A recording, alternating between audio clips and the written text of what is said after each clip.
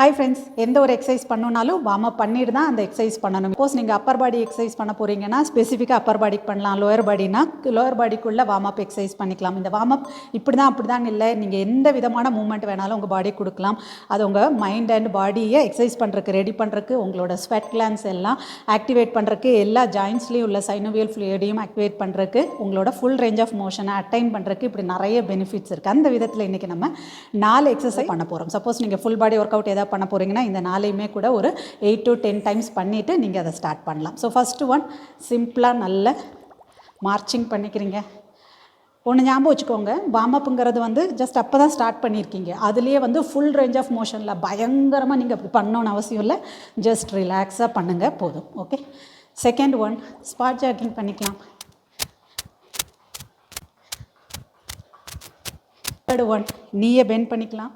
Half squat மாதிரி நல்லா arm swing பண்ணுறோம், ஹீல்ஸ் அப் பண்ணுறோம். எவ்வளோ முடியுதோ arm swing, heels up, arm swing, heels. Fourth one again நல்லா காலை வைடாக வச்சுக்கோங்க.